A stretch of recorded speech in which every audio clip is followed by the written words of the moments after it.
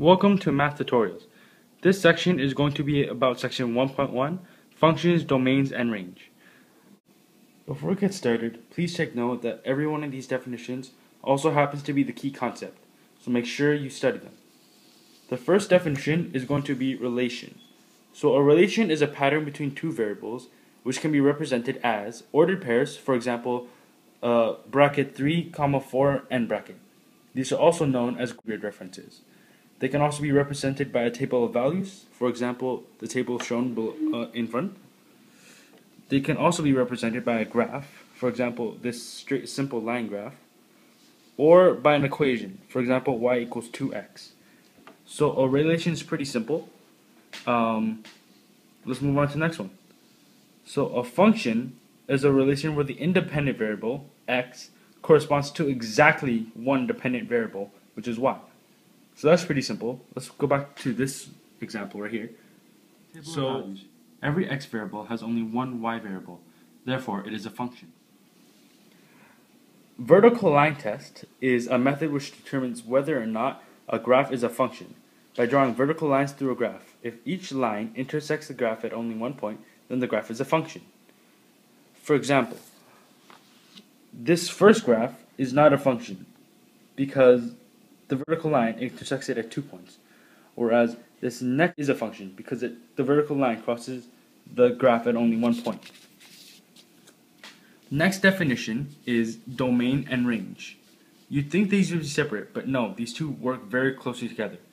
The domain is the x variable in the ordered pair of a relation. The range is the y variable in the ordered pair of a relation. For example, with the ordered pairs 1, 2, 3, 4, and 5, and 6, the domain is 1, 3, and 5, because the x variables are 1, 3, and 5, and the range is 2, 4, and 6, because the y's are 2, 4, and 6. Very simple. The next definition is real number. A real number is a number in the set of all the integers represented by r with a weird line through it. So for example, in this graph, the domain is xer and the range is yer. So, also known as set notation, xer and yer mean that x and y can be any real number. As you can see, the arrows here show that they can continue infinitely, and therefore the x and y's also continue infinitely. Here, however, we come into something different. The domain is still x equals any number, because if they continue infinitely, they will reach any number. However, the range can be any number as long as y is larger than or equal to 1. That is because the minimum point right here is at 1. Therefore, y cannot be lower than 1. The next definition is an asymptote. An asymptote is a line that a curve approaches more and more closely, but never touches. The equation is y equals 1 over x.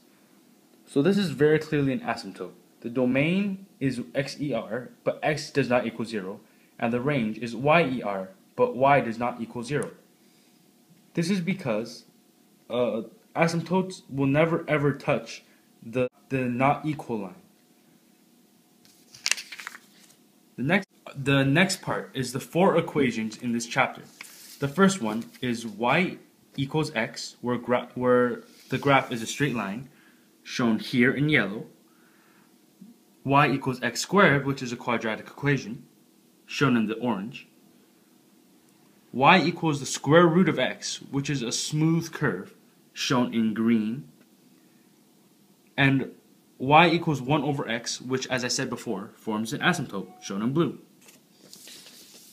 So, to determine the domain and range of an area function, we will use the equation the a of x equals negative 2x squared plus 100x. The domain must be larger than 0, but it must be less than 100 over 2, which equals 50. Therefore, the domain is xer, 0 is less than x is less than 50. The range must also be lower than 0, but the maximum value of this graph is 1250. Therefore, the range is 0 is less than y is less than 1250.